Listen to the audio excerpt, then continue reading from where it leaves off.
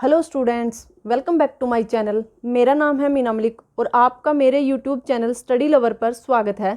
जैसे कि last video में हमने डिस्कस किया था 12th क्लास के एटम एंड न्यूक्लियाई का, हमने जो लास्ट टॉपिक डिस्कस किया था वो डिस्कस किया था इम्पैक्ट पैरामीटर। तो आई होप कि आपको यहाँ तक कोई प्रॉब्लम नहीं होगी। अगर आपको इससे रिलेटेड कोई भी क्वेरी है तो आप कमेंट बॉक्स में कमेंट करके मुझसे पूछ सकते हैं। तो चलिए अब हम नेक्स्ट टॉपिक की तरफ बढ़ते हैं। और अगर अभी तक आपने मेरे चैनल को सब्सक्राइब नहीं किया तो पहले मेरे चैनल को सब्सक्राइब करें और बेल आइकन पर भी क्लिक करना बिल्कुल मत भूलें, जिससे आपको मेरी वीडियोस की हर नई नोटिफिकेशन मिलती रहेगी। तो चलिए बढ़ते हैं नेक्स्ट वीडियो की तरफ, टॉपिक की तरफ। तो नेक्स्ट टॉपिक है हमारा रदरफोर्ड्स एटम मॉडल। तो जो हमने एक्सपेरिमेंट डिस्कस किया था कि हमारे पास क्या होता है, एक यहाँ पे हमने एक स्क्रीन ली थी और उसके अंदर यहाँ पे हमने एक गोल्ड फॉयल रखी थी। उसके ऊपर जब हमारे यहाँ से कोई रेडियो एक्टिव सब्सटेंस था, उसकी जो फोटोन्स निकल रहे थे, रेडिएशंस निकल रही थी, वो आके यहाँ पे जो बिल्कुल 180 डिग्री पे आके इससे टकरा रही थी, तो वो वहीं से बैक होके जा रही थी। तो यहाँ से उसने क्या एस्टिमेट लगाया इम्पैक्ट पैरामीटर की हेल्प से, और जो ये हमारे एंगल की डेविएशन हो रही थी यहाँ पे, उसकी हेल्प से जो रदरफोर्ड थे उन्होंने फिर डिसाइड किया था कि जो हमारा एटम है उसका मॉडल होता कैसा है। ठीक है, तो उन्होंने यहाँ पे इसके टोटल 4 पॉइंट्स दिए थे जो इसके फीचर थे। तो एसेंशियल जो फीचर हैं हमारे रदरफोर्ड के, इसको हम क्या बोलते हैं, रदरफोर्ड न्यूक्लियर मॉडल भी बोल सकते हैं और प्लानिटरी मॉडल भी बोल सकते हैं। ठीक है, तो आपको जब एग्जाम आप दे रहे होंगे तो आपको कंपलसरी नहीं है कि वहाँ पे ये रदरफोर्ड एटम मॉडल ही लिखा आएगा, मे बी वो न्यूक्लियर मॉडल भी लिखा आ सकता है, न्यूक्लियर मॉडल ऑफ एटम, और मे बी वो क्या आ सकता है planetary model of atom. Planetary क्यों बोल रहे हैं, क्योंकि यहाँ से हमें ये पता लगा था कि जो हमारे इलेक्ट्रॉन होते हैं वो हमारे न्यूक्लियस के चारों तरफ रोटेट कर रहे होते हैं ऑर्बिट्स में। ठीक है, जैसे कि हमारा प्लैनेट का सिस्टम होता है, ठीक है, वो भी हमारे सन के चारों तरफ रोटेट कर रहे होते हैं। तो ऐसे ही क्या है, ये हमारा प्लैनेट से इसको कंपेयर किया था और इसीलिए इसको प्लैनेटरी मॉडल भी कहा जाता है। और न्यूक्लियर मॉडल क्यों कर रहे थे, क्योंकि इसके अंदर ही हमारी न्यूक्लियस की खोज हुई थी, ठीक है, डिस्कवरी हुई थी, तो इसलिए इसको हम न्यूक्लियर मॉडल भी बोल सकते हैं। और थर्ड नेम इसका है ये जो मेन है, रदरफोर्ड्स एटम मॉडल। अब इसके अंदर हमने क्या डिस्कस किया, जो इसके हम 4 पॉइंट जो मैं आपको बता रही हूँ कि इसके अंदर टोटल जो पॉइंट है जो इन्होंने दिए थे, हमें 4 पॉइंट दिए थे। तो अब वो 4 पॉइंट हम 1 बाय 1 करके डिस्कस करते हैं।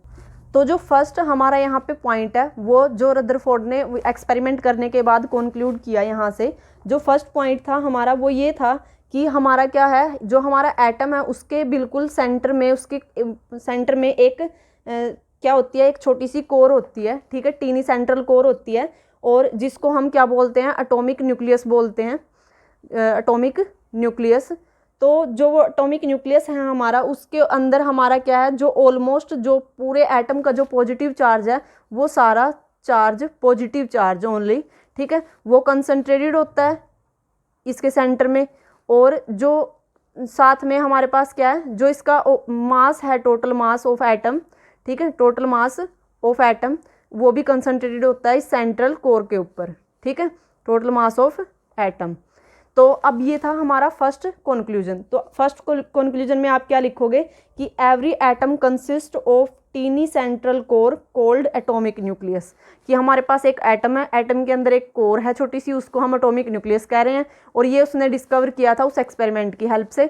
और जो टोटल चार्ज है हमारा पॉजिटिव चार्ज, वो कंसनट्रेटेड होता है हमारा इस छोटी सी कोर के अंदर, और सारा का सारा जो मास है वो भी हमारा इस न्यूक्लियस के अंदर ही, एंटायर मास होता है जो एटम का, वो भी इसी के अंदर कंसंट्रेटेड होता है, ठीक है।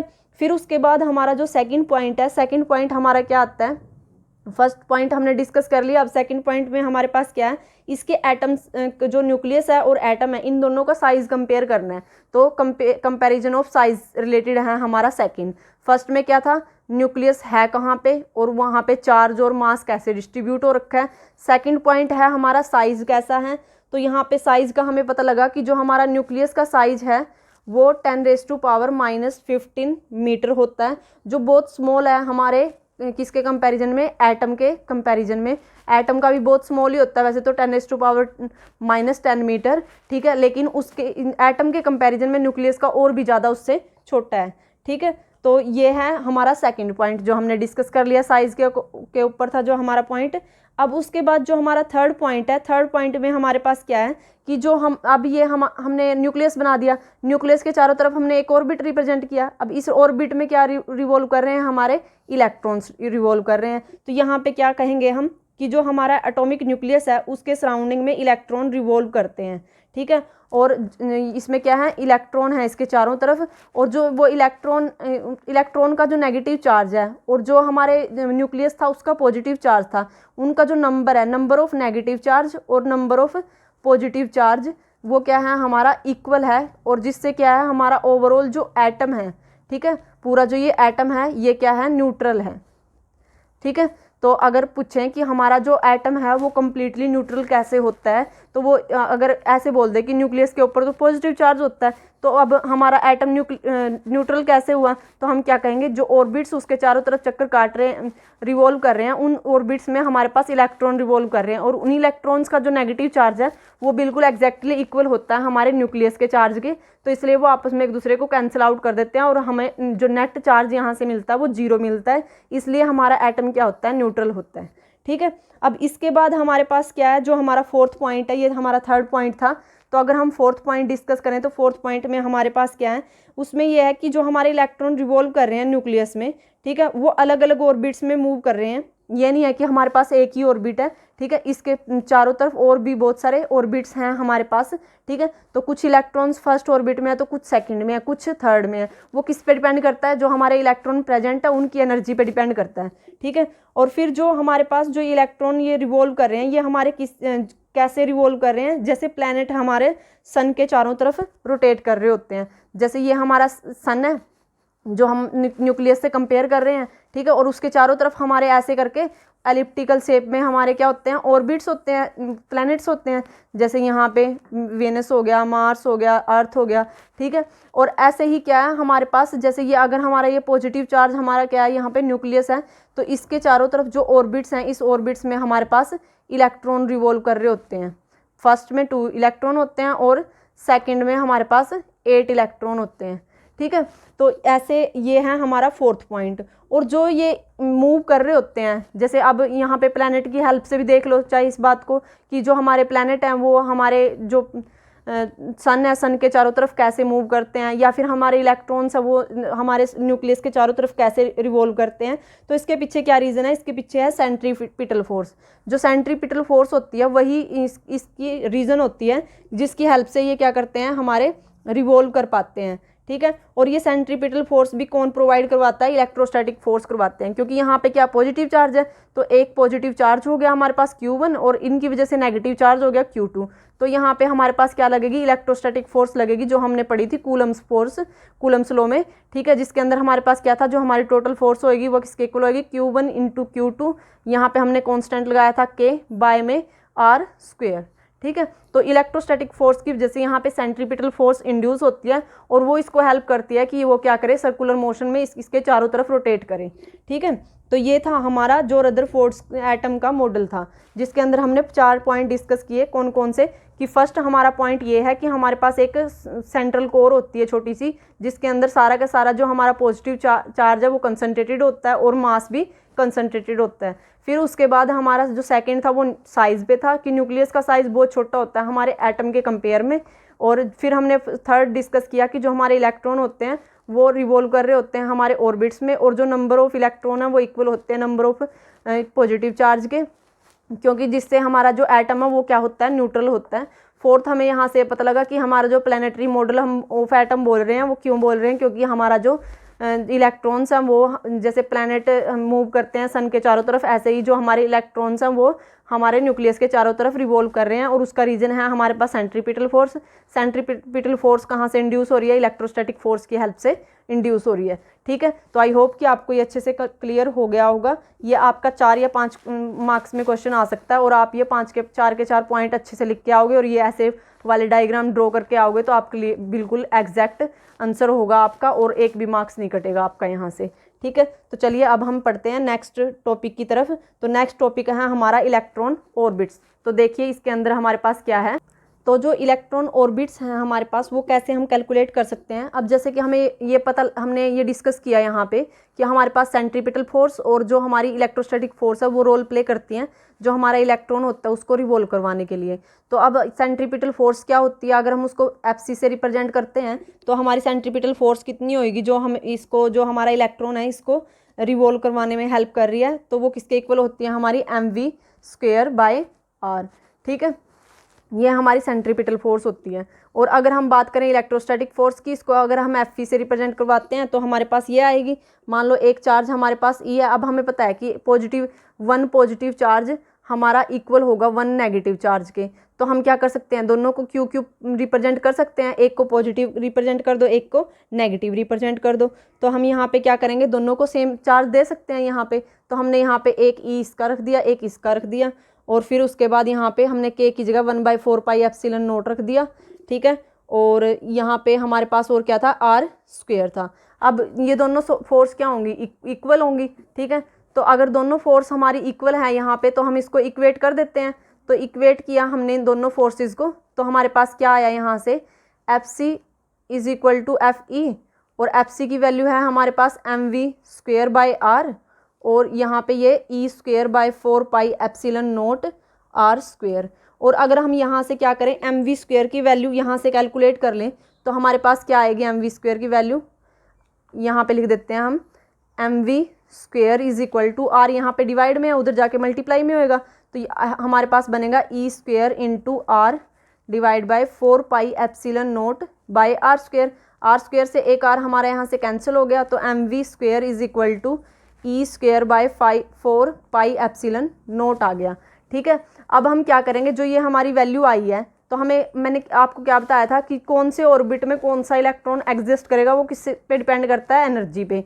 तो अब हम क्या करेंगे, यहाँ पे एनर्जी निकाल लेंगे इलेक्ट्रॉन की। अगर हम यहाँ पे बात करते हैं हाइड्रोजन के एटम की, जो क्या हाइड्रोजन के इलेक्ट्रॉन की, तो उसमें क्या होता है, हाइड्रोजन में एक ही इलेक्ट्रॉन होता है हमारे पास, और वो बिल्कुल जो नियरेस्ट नेबर होता है, ऑर्बिट होता है, उसके अंदर रिवॉल्व कर रहा होता है। तो अब हम यहाँ पे क्या करेंगे, जैसे अगर हम काइनेटिक एनर्जी का फॉर्मूला लिखे तो हमें पता है 12 mv² होता है। हम यहाँ mv² की वैल्यू अगर पुट कर देते हैं तो हमारे पास काइनेटिक एनर्जी कितनी आती है, 1/2 यहाँ पे आई E²/4πε0। ठीक है, ये आ गई हमारे पास जो हमारे पास काइनेटिक एनर्जी है। हम 2 को और 4 को मल्टीप्लाई करवा लेते हैं तो हमारे पास क्या बना, E² = 8πε0। तो यहाँ से हमारी क्या आ गई, ये काइनेटिक एनर्जी आ गई। अगर हम पोटेंशियल एनर्जी निकालें इलेक्ट्रॉन की ऑर्बिट के अंदर तो वो क्या आएगी, अब वो कैलकुलेट करते हैं हम। तो पोटेंशियल एनर्जी को हम क्या लिख सकते हैं, पोटेंशियल एनर्जी को हम U से रिप्रेजेंट करते हैं। हमें पता है कि हमारे पास टोटल एनर्जी को T, और जो टोटल एनर्जी होती है sum of kinetic energy into potential energy होती है। मीन्स हम ऐसे लिख सकते हैं T = K + U। ठीक है, अब हमें काइनेटिक एनर्जी तो पता लग गई कितनी आई हमारी काइनेटिक एनर्जी। यहाँ से जब हमने mv² की वैल्यू पुट की तो हमारे पास आई 1/8 E²/4πε0। ε0 यहाँ पे क्या है, हमारी इलेक्ट्रिकल परमिटिविटी है। ठीक है, और अब अगर हम यहाँ पे बात करें जो हमारी पोटेंशियल एनर्जी है उसकी, तो पोटेंशियल एनर्जी किसके इक्वल होती है हमारी, ये हम किसके बेस पे निकालते हैं, जो अगर चार्ज के बेस पे निकाले तो हमारे पास क्या होता है कि एक charge into second charge divide में 4πε0 और इंटू में जो डिस्टेंस होती है उनके बीच की वो। अब हम बात कर रहे हैं यहाँ पे किसकी, जो हमारे पास इलेक्ट्रॉन है उसकी।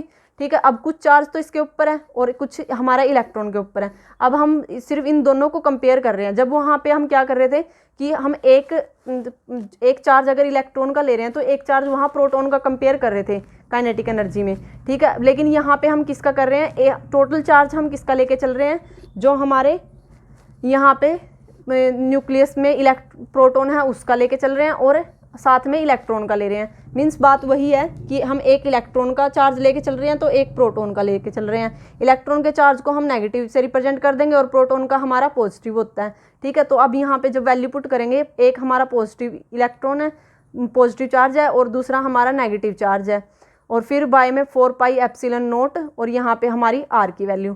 तो यहाँ से जब इसको मल्टीप्लाई करवाएंगे तो हमारी ये टोटल जो एनर्जी आएगी -E²/4πε0r। अब हम क्या करेंगे, जो काइनेटिक एनर्जी आई थी और जो हमारी पोटेंशियल एनर्जी थी उसको हम यहाँ पे पुट कर देंगे। तो यहाँ पे पुट कर दो अब, यहाँ पे पुट करने के बाद हमारी टोटल एनर्जी आ जाएगी। तो कितनी आएगी, पहले काइनेटिक एनर्जी 1/8, 4 नहीं आया था, फिर 8 तो इसके अंदर ही हो चुका था, ठीक है, हमने 4 को 2 को मल्टीप्लाई करवाया था ना, तो यहाँ से ये आया, और यहाँ पे r था साथ में इसके, और यहाँ पे ये हो गया हमारा ई स्क्वेयर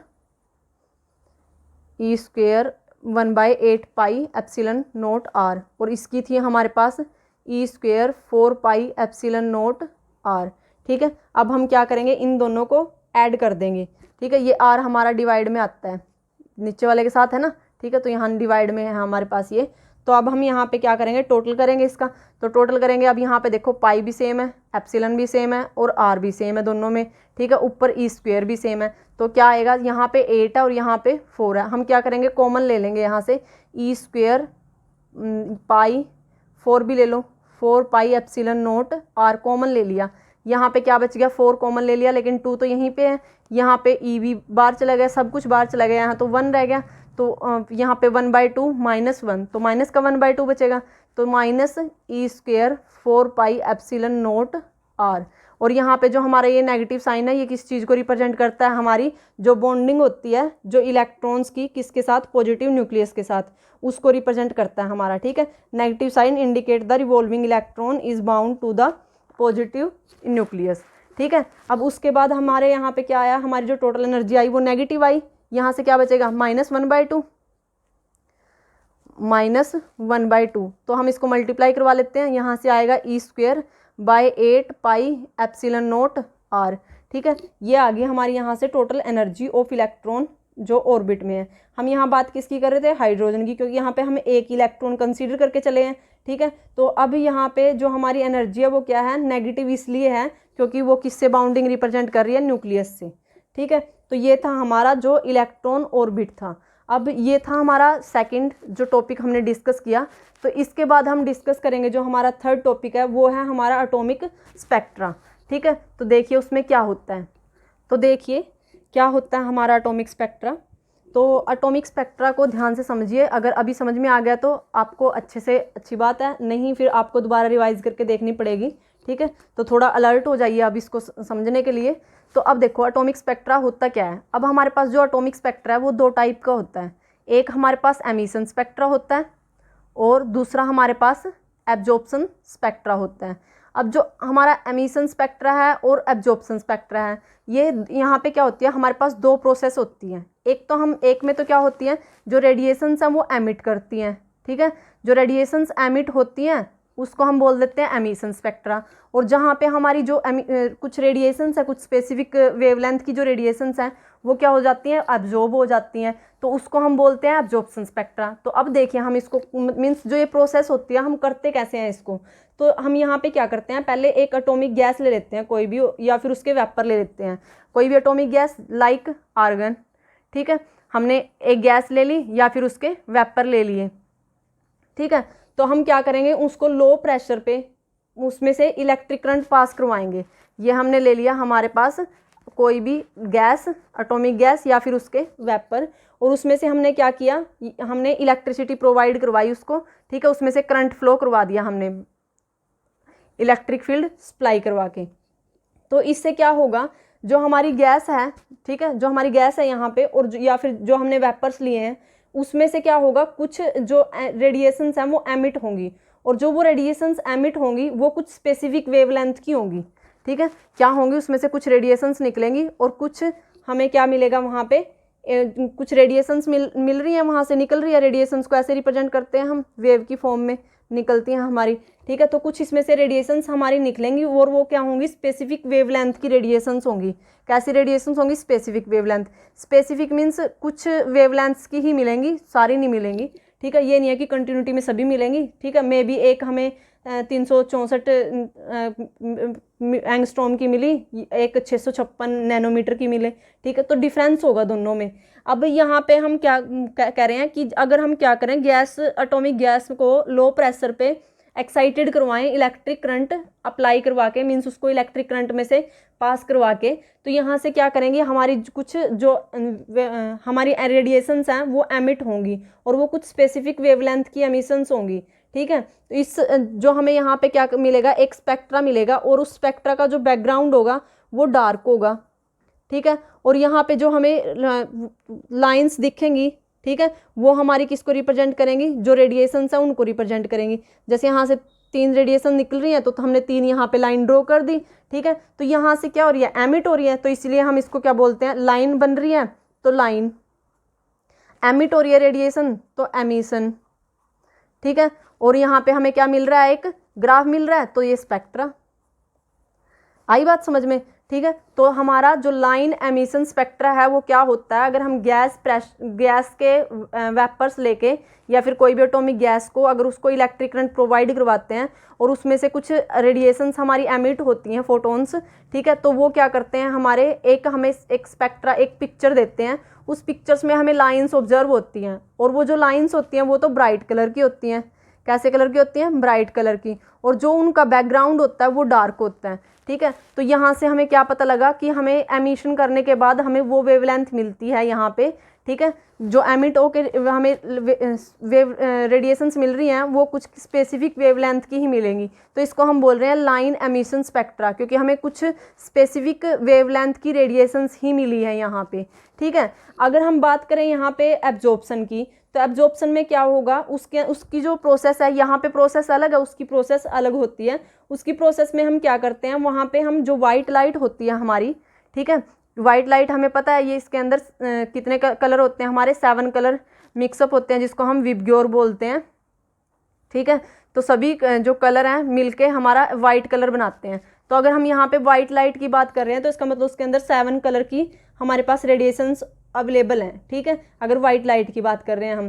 तो यहाँ पे क्या करेंगे, जब उस वाइट लाइट को हम पास करवाते हैं, कहाँ से, उस सेम वेपर से, जो हमारे पास ये वेपर हमने लिए है ना, इसमें से हम ये जो लाइट है वाइट लाइट, इसको अगर इसमें से पास करवाएंगे तो यहाँ से क्या होगा, यहाँ पे हमें अब ऑब्जर्व होगा कि हमारे पास क्या हो रहा है, जो बैकग्राउंड है वो तो हमारे पास ब्राइट आएगा, वहाँ पे क्या हो रहा था, हमारे पास डार्क आ रहा था, लेकिन यहाँ पे क्या आएगा, ब्राइट तो बैकग्राउंड मिलेगा। और जो यहाँ पे लाइन आएंगी वो लाइन हमें डार्क मिलेंगी, जो लाइन हमें मिलेंगी यहाँ पे वो डार्क मिलेंगी। तो मीन्स हमें कैसा, अगर देखा जाए तो कैसा ऑब्जर्व होगा कि जैसे हम क्या करें, एक कंटेनर ले लेते हैं, मान लो हमारे पास एक कंटेनर है और वो कंटेनर हमारे गिलास का है, अब उसके अंदर 6 गिलास आ सकते हैं, ठीक है।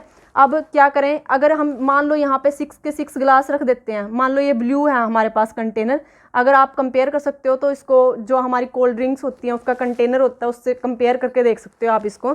जो हमारी कोल्ड ड्रिंक की बोतल होती हैं वो ब्राइट होती हैं, ठीक है, और जो कंटेनर होता है वो डार्क होता है, ठीक है। अगर उसके अंदर रखी हो हमारे पास जो हमारी बोतल होती हैं कोल्ड ड्रिंक की, अगर वो बोतल रखी हो तब तो हमें वो तो ब्राइट मिल रहे हैं, ठीक है। जो लाइंस, अगर हम इन पॉइंट जो होल्स हैं, ठीक है, इनको अगर हम लाइन की हेल्प से कंपेयर करें तो हमें वो क्या मिलते हैं, अगर वो इसके अंदर ऑलरेडी प्रेजेंट हैं, ठीक है। मान लो हमारे पास क्या है, यहाँ पे कुछ रखा हुआ है और हमने उसको फोर्स उस पर प्रेशर एक्सर्ट किया और वहाँ इसमें क्या रखी थी, बोतल रखी थी, वो बोतल यहाँ से एमिट करने के बाद यहाँ पे आके फिल हो गई और हमारा जो इसका कंटेनर था वो क्या था, डार्क था, कंटेनर डार्क था, लेकिन ये जो हमें ये सर्कल मिले हैं ये कैसे मिले हैं, ब्राइट मिले हैं। तो इसको तो हमने बोल दिया ये कौन सा है, हमारा एमिशन है। ये इसमें लाइन ना बनने की बजाय हमारे पास क्या है, सर्कल है, ठीक है। तो इसको हम बोल देंगे सर्कल एमिशन स्पेक्ट्रा। और अगर हम यहाँ पे क्या करें, ये मान लो अब यहाँ पे क्या किया हमने कि यहाँ पे जो कंटेनर रखा था उसमें से हमने वाइट लाइट वो थ्रो करवाई, उससे पास करवाई, ठीक है। तो क्या होगा, जहाँ जहाँ वो कंटेनर रखे होंगे तो वहाँ से तो लाइट निकलेगी नहीं, वहाँ तो एब्जॉर्ब हो जाएगी। तो हमें क्या मिलेगा, जहाँ जहाँ पे ये सर्कल बने हुए थे इनकी प्लेस पे तो डार्क मिलेगा, ये तो डार्क नज़र आएंगे, लेकिन इन पे लाइट ड्रॉप पड़ेगी ना, हमारे पास जो ये कंटेनर है इसके ऊपर लाइट पड़ेगी, तो यहाँ पे तो लाइट पड़ी, ये तो हमारा ब्राइट हो गया। दूसरी प्रोसेस बता रही हूँ मैं आपको ये कि ये तो हमारा क्या हो गया, ब्राइट हो गया। और जो ये हमारे स्पेस थे ये हमारे कैसे नज़र आ रहे हैं, हमें डार्क, क्योंकि अब यहाँ पे क्या कंटेनर रखे हैं और कंटेनर की छाँव में हमें क्या है, यहाँ पे लाइट हमारी अगर इस साइड ड्रॉ करते हैं हम, ठीक है, तो इस साइड हम इस साइड फॉल करवाते हैं लाइट, तो यहाँ पे लाइट सिर्फ उस पोर्शन में से मिलेगी जहाँ पे हमारे पास क्या हो, स्पेस हो, ठीक है, उसमें से लाइट पास करके जाएगी। ये नहीं है कि हमारी जो फिंगर है इसमें से ही क्रॉस करके चली जाएगी। तो अगर हम यहाँ पे ये मान के चलते हैं कि यहाँ पे हमारी बोतल रखी हुई है, तो बोतल से अगर हम इधर से लाइट फॉल करवाएंगे तो उसके उस एरिया में तो हमें डार्क मिलेगा जो उसका शैडो एरिया है, और उसके अलावा हमें क्या मिलेगा, ब्राइट मिलेगा। तो अब जो यहाँ पे यहाँ था, ये था इसका शैडो एरिया, यहाँ तो हमें क्या मिल रहे थे, डार्क मिल रहे थे, और जो इसका कंटेनर था वो हमारा ब्राइट हो गया था क्योंकि वहाँ पे लाइट पड़ रही थी। तो ऐसे करके हम इसको समझ सकते हैं। ठीक है, तो आई होप कि आपको ये अच्छे से समझ में आ गया होगा। तो एक बार मैं दोबारा आपको इसको अच्छे से रिवाइज करवा देती हूँ। ठीक है, तो यहाँ पे है क्या हमारे पास, देखो हमने क्या सीखा यहाँ से। अगर हम क्या करते हैं, हमारे पास कोई गैस है और उस गैस वो हमने किसी कंटेनर में रखी हुई है, जब हम उसको हम पावर सप्लाई देते हैं, ठीक है, मीन्स उसमें हमने वोल्टेज सप्लाई दे दी और उसमें क्या करेगा, करंट फ्लो करना स्टार्ट करेगा। ठीक है, जैसे ही उसमें करंट पास करेगा तो वहाँ से कुछ रेडिएशंस एमिट होंगी हमारे पास। जो रेडिएशंस एमिट होके हमारे पास क्या मिलेगा, एक हमें ग्राफ मिलेगा। ठीक है, स्पेक्ट्रा का मतलब कुछ देखने को हमें पिक्चर टाइप कुछ मिलेगा। तो यहाँ पे हमें एक ग्राफ मिलेगा, उस ग्राफ में हमें क्या मिलेंगी, जो रेडिएशंस यहाँ से एमिट होके आई ना, उसकी हमें यहाँ पे लाइन्स मिलेंगी। ठीक है, और जो हमें ये लाइन मिल रही है ये तो हमें ब्राइट मिल रही है।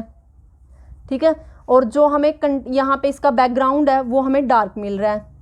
और ये जो लाइन मिली इसलिए हम इसको क्या बोलेंगे, लाइन। और ये किसकी वजह से आई, एमिशन की वजह से आई, तो हम इसको बोलेंगे लाइन एमिशन। और ये हमारा ग्राफ बन गया तो इसको बोलेंगे हम स्पेक्ट्रा। तो इसको हम बोल रहे हैं लाइन एमिशन स्पेक्ट्रा। ठीक है, अगर हम क्या करें, यहाँ पे हम यहाँ पे हमने क्या किया, ये हमने यहाँ पे गैस रख रखी है और हमने इधर से, वहाँ तो करंट फ्लो करवाया था, उसके अंदर से निकली थी। ठीक है, उसके अंदर से ही निकल के गई थी, तो मीन्स वहाँ पे कोई रिस्ट्रिक्शन नहीं थी उसके रास्ते में। तो उन्होंने जाके वो क्या किया, जो एमिट होने वाली थी उन्होंने यहाँ पे ग्राफ दिया। तो ये ग्राफ किसका आया, उन लाइंस का, उन रेडिएशंस का आया जो एमिट हुई हैं। ठीक है, अगर हम क्या करें, यहाँ से वाइट लाइट इसके ऊपर फॉल करवाते हैं, और वाइट लाइट हमें पता है उसके अंदर क्या है, हमारे पास 7 टाइप ऑफ लाइट कंसिस्ट हैं। तो यहाँ पे क्या होगा, जैसे ही वो गैस के मॉलिक्यूल्स में से निकलेंगी तो कुछ लाइट्स तो यहाँ पे क्या कर ली जाएंगी, जो मॉलिक्यूल्स हैं उनके द्वारा एब्जॉर्ब कर ली जाएंगी। सिर्फ हमें कौन सी मिलेंगी, उसके अपोजिट वाली मिलेंगी। ठीक है, और जो यहाँ पे एब्जॉर्ब होंगी हमें, वो कौन सी वाली एब्जॉर्ब होंगी, ये वाली एब्जॉर्ब होंगी जो यहाँ पे एमिट हो रही थी। ठीक है, जैसे मान लो हमें यहाँ पे ब्लू, रेड और ग्रीन मिल गया। ठीक है, वैसे कंसीडर किया हमने। तो अब यहाँ पे क्या होगा, हमें ब्लू, रेड और ग्रीन नहीं मिलेंगी, वो तो यहाँ पे एब्जॉर्ब हो जाएंगी। लेकिन जो बाकी हमारे पास रहेगी विबग्योर में से, ठीक है, वो बाकी हमें यहाँ पे शो होंगे। तो वो कैसे शो होंगे, जैसे मान लो अब ये हमारा स्पेस था, यहाँ पे ये हमारे ब्लू को रिप्रेजेंट कर रहा था और ये ब्राइट नज़र आ रही थी हमें। अब क्या होगा, यहाँ पे ये चीज़ जो ये इधर वाला पोर्शन है ये तो हमारा ब्राइट हो जाएगा, ये तो हमारा ब्राइट हो जाएगा। ठीक है, और ये स्पेस है जो इसका ब्लू का, ये हमारा ऐसे का ऐसा वैकेंट बच जाएगा। ये हमारा ब्लू का स्पेस है जो हमने खाली छोड़ दिया। ठीक है, ऐसे ही हमारे पास क्या होगा, रेड के केस में होगा। अब उसके बाद हमें जैसे मान लो यहाँ पे मिल जाएगा, और आगे ये मान लिया हमने वॉयलेट का मिल गया, और फिर यहाँ पे हमारा ब्लू का हमें स्पेस छूट गया क्योंकि ये तो एब्जॉर्ब हो चुकी है। फिर हमें मान लो यहाँ पे इंडिगो का मिल गया। ठीक है, फिर ब्लू हो चुका है, फिर ग्रीन। अब ग्रीन हमने यहाँ पे बनाया हुआ है, तो हम यहाँ पे क्या करेंगे, ग्रीन का यहाँ पे स्पेस छोड़ना है हमें, तो हम ये वाला डार्क कर देंगे और इधर से डार्क कर देंगे। ठीक है, और ये हमारा किसका पोर्शन बच गया, यहाँ से ग्रीन का। तो हमें यहाँ पे क्या मिलेगा, जो मैं डार्क करके दिखा रही हूँ, मीन्स ब्लू के साथ थोड़ी शेडेड कर रही हूँ, ये तो हमारे ब्राइट चीज़ को रिप्रेजेंट कर रही है यहाँ पे। और जो ये ऐसे ही स्पेस छोड़ के दिखा रही हूँ, इसको हम ग्रीन बोल रहे हैं, इसको हम डार्क बोल रहे हैं। ठीक है, इसको हम क्या बोल रहे हैं, डार्क बोल रहे हैं। कि मीन्स हमारा यहाँ पे बैकग्राउंड तो कैसा हो गया, अगर हम देखें ये हो गया। अब यहाँ पे देखो आप दोबारा इसको, ये ग्रीन का कर दिया हमने, ये हमने मान लिया अपना येलो है। ठीक है, फिर उसके बाद हमें रेड का रिप्रेजेंट करना है, तो रेड का भी हमारे पास क्या होगा, ये स्पेस मान लिया हमने रेड को रिप्रेजेंट करता है, और फिर हमारे यहाँ पे क्या रह गया, येलो रह गया, विबग्योर ऑरेंज रह गया। ठीक है, तो हम इसको क्या करेंगे, यहाँ से इसको पूरा शेडेड कर देंगे। ठीक है, ये हमारा शेडेड हो जाएगा। अलग अलग कलर में मिलेंगे हमें ये सारे। ठीक है, लेकिन जो ये वाले कलर मिलेंगे ये तो हमें ब्राइट मिलेंगे, लेकिन जो हमारे पास यहाँ पे एब्जॉर्ब हो चुकी है, जैसे ब्लू, रेड और ग्रीन माना है हमने, एब्जॉर्ब हो चुकी हैं। ठीक है, वो लाइंस हमारी यहाँ पे हमें डार्क मिलेंगी। ठीक है, तो ये ऐसे करके हमें क्या मिलेगा, एक दूसरा हमें स्पेक्ट्रा मिलेगा, और इस स्पेक्ट्रा को हम बोलेंगे लाइन एब्जॉर्प्शन स्पेक्ट्रा, क्योंकि इसने सिर्फ वो वाली लाइन एब्जॉर्ब कर ली जो वहाँ पे मिल रही थी हमें। जैसे ब्लू, रेड और ये, इनको एब्जॉर्ब कर लिया लाइन, और क्या किसकी फॉर्म में एब्जॉर्ब किया, लाइन की फॉर्म में एब्जॉर्ब किया, ठीक है। और इसको ये क्या बन गया, हमारा एक स्पेक्ट्रा बन गया, ठीक है। या फिर अगर आप इसको अलग तरीके से रिप्रेजेंट करना चाहो तो वैसे भी कर सकते हो, कि जैसे हमने अभी इसको तो हमने क्या मानना है, जो हम शेडिड कर रहे हैं इसको हमने ब्राइट मानना है, और जो विदाउट शेडिड है उसको हमने डार्क मानना है। अगर हम यही केस इसके केस में लेके चल पड़े तो यहाँ पे क्या होगा, जैसे मान लो हम यहाँ पे क्या करते हैं, हमने क्या माना कि यहाँ पे जो लाइट मिलेंगी, हमें जो लाइन मिलेंगी वो ब्राइट मिलेंगी, तो ब्राइट को हम ड्रॉ ना करें, हम क्या करें, जो हमारे पास बाकी बैकग्राउंड है उसको हम यहाँ पे ऐसे डार्क करके दिखा दें। तो जो ये ब्राइट मिल रही है ये हमारी B, R और G मिल रही है, और जो हमारा ये बैकग्राउंड है ये डार्क मिल रहा है हमें, ठीक है। ऐसे करके भी दिखा सकते हो। फिर अगर इसको ऐसे रिप्रेजेंट करोगे तो इसको कैसे रिप्रेजेंट करोगे, अब यहाँ पे क्या करेंगे, ये इसको हम ब्राइट बोल रहे हैं ना, जो वाइट सा हमें यहाँ पे सीन हो रहा है स्पेस वैकेंट, इसको ब्राइट बोल रहे हैं। अब हमें ब्राइट यहाँ पे क्या बनाना है, ब्राइट हमें बैकग्राउंड बनाना है। तो बैकग्राउंड अगर ब्राइट होगा तो हमें यहाँ पे डार्क मिलेगा, यहाँ पे हमें कोई लाइन नहीं मिलेगी जब हम स्पेक्ट्रा को ऑब्जर्व करेंगे, ठीक है। तो मीन्स यहाँ पे हमारे जो ब्लू, रेड और ग्रीन की जो लाइंस हैं वो एब्जॉर्ब हो चुकी होंगी, इसलिए हमें यहाँ पे कुछ भी ब्राइट चमकीला कुछ भी नज़र नहीं आएगा, हमें सिर्फ यहाँ पे अंधेरा दिखेगा, मीन्स ब्लैक दिखेगा सब कुछ, ठीक है। तो आई होप कि आपको ये अच्छे से समझ में आया हो, और मैंने यहाँ पे पूरा जोर लगा दिया आपको समझाने के लिए। अगर फिर भी आपको समझ नहीं आया हो तो आप दोबारा रिपीट करके देख सकते हो, और फिर भी अगर आपको कोई क्वेरी हो तो आप कमेंट बॉक्स में कमेंट करके पूछ सकते हो। तो आज के लिए इतना ही, मिलते हैं नेक्स्ट वीडियो में। और अगर आपने मेरी वीडियो को मेरी वीडियो अगर आपको अच्छी लगी हो तो मेरी वीडियो को लाइक और शेयर ज़रूर करें, और कमेंट बॉक्स में कमेंट भी करें। और अगर अभी तक आपने मेरे चैनल को सब्सक्राइब नहीं किया तो पहले मेरे चैनल को सब्सक्राइब करें, और बेल आइकन पर भी क्लिक करना बिल्कुल मत भूलें, जिससे मुझे भी मोटिवेशन मिलती रहे। और बेल आइकन पर भी क्लिक करें ताकि आपको हर नई वीडियो की नोटिफिकेशन मिलती रहे, ठीक है। तो चलिए मिलते हैं नेक्स्ट वीडियो में, तब तक के लिए ऑल द बेस्ट, बने रहिए स्टडी लवर मीना के साथ।